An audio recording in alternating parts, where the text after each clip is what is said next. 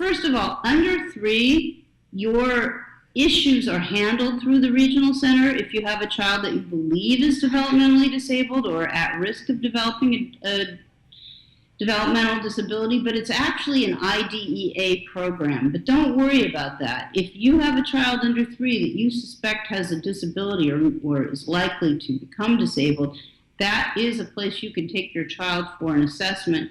And the criteria are things like, at 0 to 23 months, is your child delayed in one or more areas? They have to be 33%. And then the hierarchy sort of goes up as you get older. So 24 to 36 months, if you're 50% delayed in one area, and it goes on from there.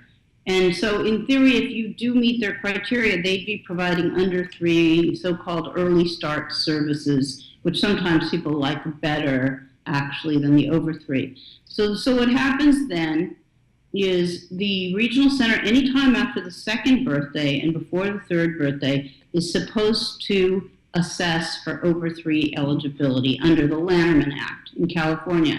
And I think there's a lot of listeners who've had the experience of their child being eligible for under 3 services and getting kicked off at 3. And some people are being kicked off even though their child has a diagnosis of autism. So how can that be? Well, the reason that the regional center is able to do that is that they have a more stringent definition of autism than, let's say, the public schools do in California. So for regional center eligibility, you have to not only have a qualifying handicap or disability, but you have to be substantially disabled in 3 or more areas. And that's what we're going to talk about is, well, how do you establish eligibility?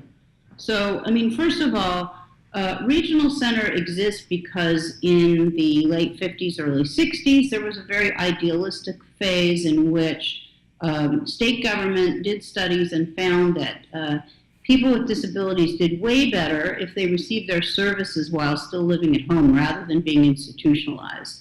And so the idea then was to create a broad array of supports and services and a very high standard as far as what you had to give people. You had to maximize their likelihood of becoming independent as adults, and that's a much higher standard than a free appropriate public education standard. And so that's how they got started. And the thing that most people don't know is at that time, regional center services were not intended to cover a large group of people. It was thought that there were low incidence disabilities like what we then called mental retardation, and those people were going to be the people that regional center helped. So one of the problems we have here in California is we've had this huge influx of people in the system in the last 20 years without really the scaffolding to address all those needs. So I guess it's important to say you have to be substantially handicapped, and you have to have a disability with an onset before the age of 18. And you can't have a disability that's solely physical, and you can't have a disability that's purely psychiatric. So what's left? Well, their eligibility categories are autism, seizure disorder, cerebral palsy, intellectual disability, and something called Category 5, which is a catch-all category. And Category 5 eligibility, you have to have a disability that it closely resembles mental retardation or is amenable to treatment similar to that given for mental retardation. And we don't see a lot of Category 5 eligibility. Regional Center fights Category 5 hard. Regional Center fights all eligibility hard because it's a birth-to-death eligibility. It's a substantial commitment of state resources. So that's what people are up against. So in order to become eligible, you approach the regional center. I'm assuming in this case your child is over 3. And you, first of all, you have to have a qualifying disability. And second of all, you have to show that in 3 or more areas they're substantially handicapped. And that's where it becomes more challenging. I've been told that the substantial handicap categories are taken from the Vineland, which is kind of a daily living type of, activities of daily living abilities or skills assessment. But anyway, their categories go like this. You either have to have substantial disability in receptive and expressive language, learning, self-care, mobility, self-direction, independent living, and economic self-sufficiency. So there are 7 categories, and regional centers pretend that there's no criteria for economic self-sufficiency until you're 17 or 18, but the argument should be you should know as much about how to be economically self-sufficient as a non-disabled person of the same age. So, I've got a 19-year-old, and he's quite capable of, using a credit card and, making change and all this other stuff. So, you'd be comparing your disabled peer to that non-disabled 19-year-old, for example. But anyway, so I'm always telling clients that what you got to do if you're going ahead with regional center eligibility is you really try to front load at the intake process and get their mind set by you rather than them reaching their own conclusions.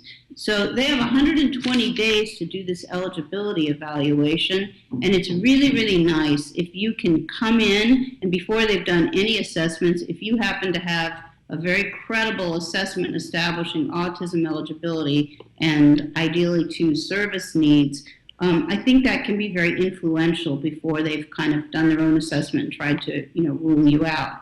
So that's a thought for people.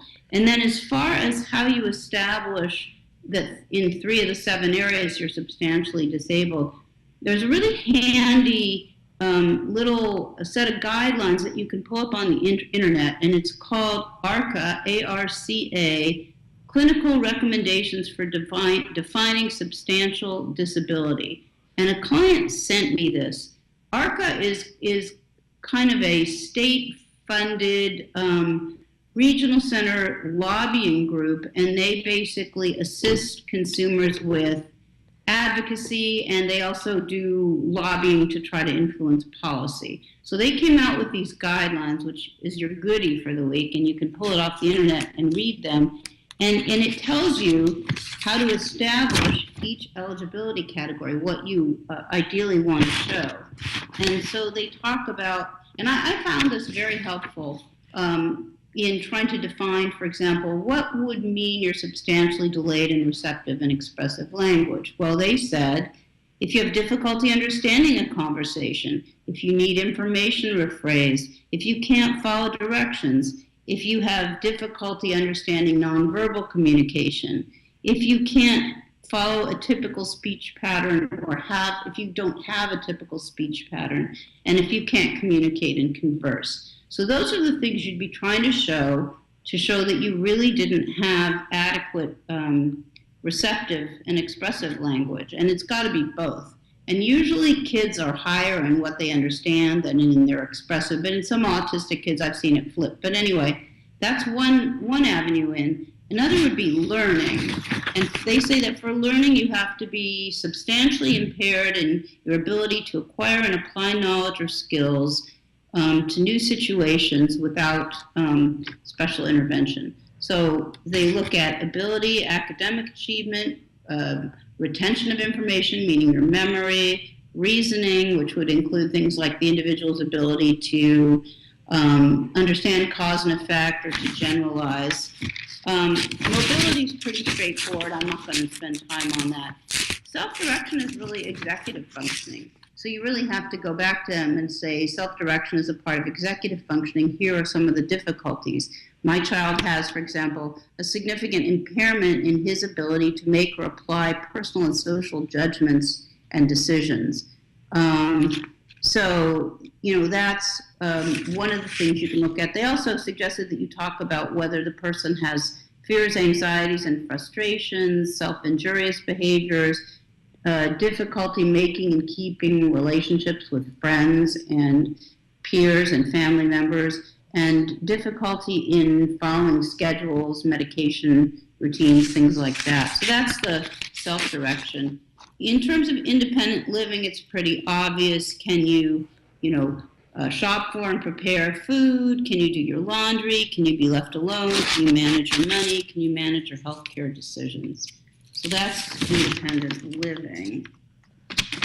And economic self-sufficiency, can you support yourself, or do you need intensive, vocational training to obtain or maintain employment? Can you not maintain employment without significant support?